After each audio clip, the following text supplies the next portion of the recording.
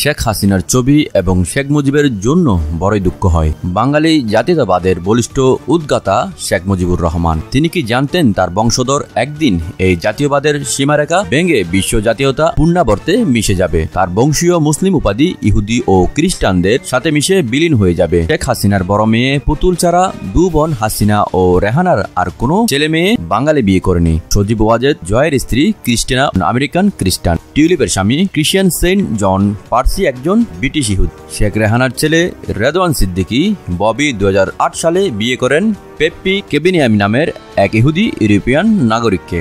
ববি এক ছেলে ও এক মেয়ের জনক। ছেলের নাম কাইয়াস, মেয়ের নাম লীলাতুলি। এদের কারো নামের আগে বাংলার সম্ভ্রান্ত মুসলিম বনেদি পরিবারের বংশীয় উপাধি শেখ নেই। গোপালগঞ্জের সম্ভ্রান্ত মুসলিম জাতীয়তাবাদী শেখ পরিবার এখন বিশ্বের অন্যান্য জাতি ধর্মের সাথে মিশে বিলুপ্ত হয়ে যাচ্ছে।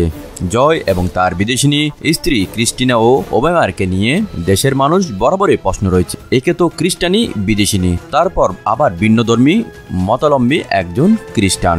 আবারও যদি টিউলিপ সিদ্দিকীর মেয়ের নাম হয় ইহুদি ধর্মের অনুযায়ী, তাহলে আর মুসলিম মূল্যবোধের নাম শেখ বংশীয় উপাধিও থাকছে না। শেখ মুজিব পরিবারে বিদেশি এবং ভিন্ন ধর্মাবলম্বী বিয়ে করার ব্যাপারে কেবল জয় নয়, বঙ্গবন্ধু কন্যা শেখ রেহানার পুত্র কন্যা দুজনেই বিয়ে করেছেন ভিনদেশি পাত্র পাত্রীকে। আওয়ামী লীগ ক্ষমতায় আসার পর ববি বেশ কয়েকবার দেশে আসেন। 2010 সালের জানুয়ারিতে প্রধানমন্ত্রী শেখ হাসিনার সফর সঙ্গী হয়ে তিনি ভারত সফর করেন। এখন আপনারাই বলেন, আপনার তৃতীয় চতুর্থ প্রজন্মের বংশধররা যদি ইহুদি খ্রিস্টান নাম নিয়ে গির্জাবা সেনেগগে যায়, তবে কি আপনি কবর থেকে শান্তিতে থাকবো? প্রিয় পাঠক, আপনাদের কাছে প্রশ্ন, কবরের এখন শেখ মুজিবুর রহমানের কেমন আছে? মদিনা সনদ অনুযায়ী শেখের নাতি টিউলিপের সাথে খ্রিস্টান জন পার্সির বিয়ে অবৈধ। টিউলিপ জিনাকুর এস্টেট এবং ক্লিনবার্ন এমপি টিউলিপ সিদ্দিক সাধারণ নির্বাচনের আগে ইসরায়েলকে সমর্থন করার অঙ্গীকার করেছিলেন। আমরা ইসরায়েলকে বিশ্বাস করি এবং ইসরায়েল ব্রিটেন জোট নামক দুটি সংগঠন 216 জন ইংল্যান্ডের সংসদ সদস্য প্রার্থীর একটি তালিকা প্রকাশ করেছে, যারা ইসরায়েলের স্বার্থ রক্ষার কাজ করবে বলে একটি চুক্তিপত্র স্বাক্ষর করেছে।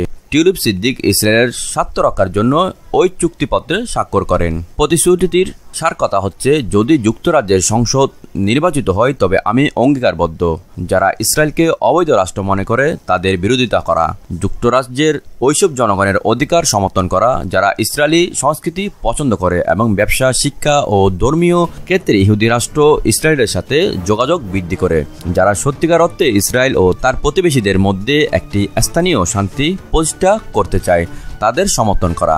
ইসরায়েল একটি স্বাধীন রাষ্ট্র এবং সংসদীয় গণতন্ত্র যা সকল নাগরিকের কাছে তাদের ধর্ম অনুশীলন করা এবং জেরুজালেমে স্বাধীনভাবে নির্বাচন করতে পারা তার সর্বাত্মক সহযোগিতা করা। ইসরায়েলি স্বার্থ রক্ষাকারী সংগঠন ইন্টারন্যাশনাল হলকাস্ট রেমবেন্স অ্যালায়েন্সকে সমর্থন করা, যারা ইহুদি বিদ্বেষী।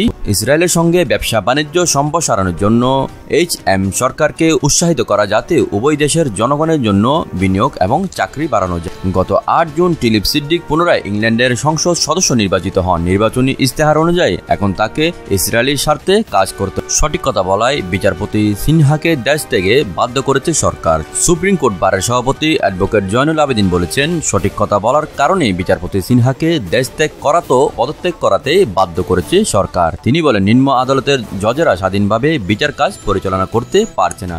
দেশের মানুষ আজ অসহায়। সরকারের ইচ্ছার বিরুদ্ধে কোনো রায় এবং কোনো রায় দেওয়ার আগে পরিণতি কি হবে সেটি রায়ের আগে স্মরণ করিয়ে দেয়। সমস্ত বিচার বিভাগ এখন নির্বাহী বিভাগের ভয়ের মধ্যে রয়েছে।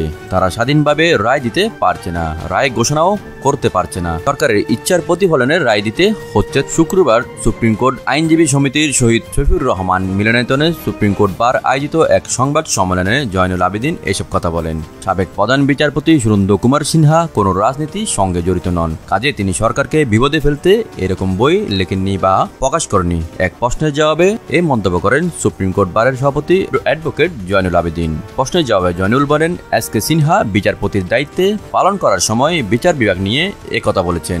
এসকে সিনহা দায়িত্ব পালন করা অবস্থায় বলেছিলেন, দেশের আদালতকে সরকার নিয়ন্ত্রণ করছে, উচ্চ আদালতকে কবজায় নিতে চাই।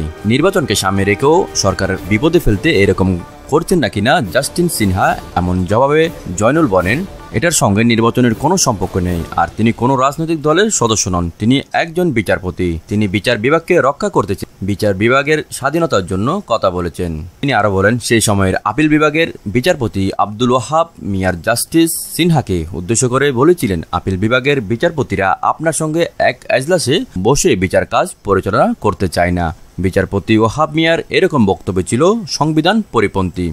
বিচারপতি এস.কে. সিনহা অটল ছিলেন। স্বাধীনতা পরিপন্থী কোনো চাপের মুখে নতি স্বীকার করতে চাননি সিনহা, কিন্তু সরকারের সর্বোচ্চ চাপ প্রয়োগ করে এস.কে. সিনহাকে দেশ ত্যাগ করাতে এবং পরে তাকে পদত্যাগ করতে বাধ্য করে সরকার। এবার মাদ্রাসা শিক্ষকদের রাজনীতি অংশগ্রহণ নিষিদ্ধের আইন পাশ হতে যাচ্ছে। মাদ্রাসা শিক্ষা বোর্ডের অধীনে সরকার স্বীকৃত সব স্তরের মাদ্রাসা শিক্ষকদের রাজনীতি বন্ধ করা হচ্ছে। বাংলাদেশ মাদ্রাসা শিক্ষা বোর্ড 2018 আইনে চূড়ান্ত খসড়ায় এই বিধিনিষেধ আরোপ করা হয়েছে। এর আগে বেসরকারি শিক্ষকদের জন্য আইনি এই বাধ্যবাধকতা ছিল না। এই প্রথম বেসরকারি শিক্ষকদের রাজনীতি করার ব্যাপারে বাধ্যবাধকতা আনা হচ্ছে। নতুন আইনে সরকারের স্বীকৃত ইসলামী স্বাস্থ্য শিক্ষা ও চর্চার জন্য ধর্মীয় প্রতিষ্ঠানের শিক্ষকরা রাজনীতি করতে পারবেন না। সম্প্রতি চূড়ান্ত খসড়াটি যাচাই বাছাইয়ের জন্য মন্ত্রিপরিষদ বিভাগে পাঠিয়েছে শিক্ষা মন্ত্রণালয়ের কারিগরি ও মাদ্রাসা শিক্ষা বিভাগ। প্রস্তাবিত আইনে বলা হয়েছে, মাদ্রাসার কোনো শিক্ষক রাজনৈতিক আন্দোলনে অংশ নিতে, যোগ দিতে ও সহায়তা করতে পারবে না। সরকারের বিরুদ্ধে কোনো প্রকার গণ অসন্তোষ সৃষ্টি করতে পারবে না। জনগণের বিভিন্ন অংশের মধ্যে শত্রুতা বা বিভেদ সৃষ্টি হয় কিংবা জনশক্তি নষ্ট হয় এমন কোনো কাজ জড়িত হতে পারবে না। কোনো শিক্ষক ও কর্মচারী স্থানীয় সরকার পদ্ধতিও কোনো নির্বাচনী প্রচারণায় অংশ নিতে পারবেন না।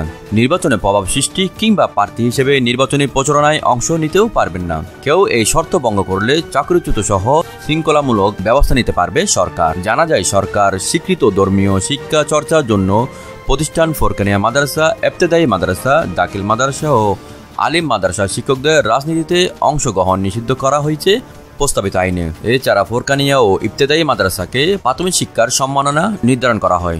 এই বিষয়ে মন্ত্রণালয়ের কারিগরি ও মাদ্রাসা শিক্ষা বিভাগের অতিরিক্ত সচিব বলেন, 1978 সালে মাদ্রাসা শিক্ষা আইনে রূপান্তরের পাশাপাশি তা যুগোপযোগী করা হচ্ছে। চূড়ান্ত খসড়া মন্ত্রিপরিষদ বিভাগে পাঠিয়ে দেওয়া হয়েছে যাচাই বাছাইয়ের জন্য।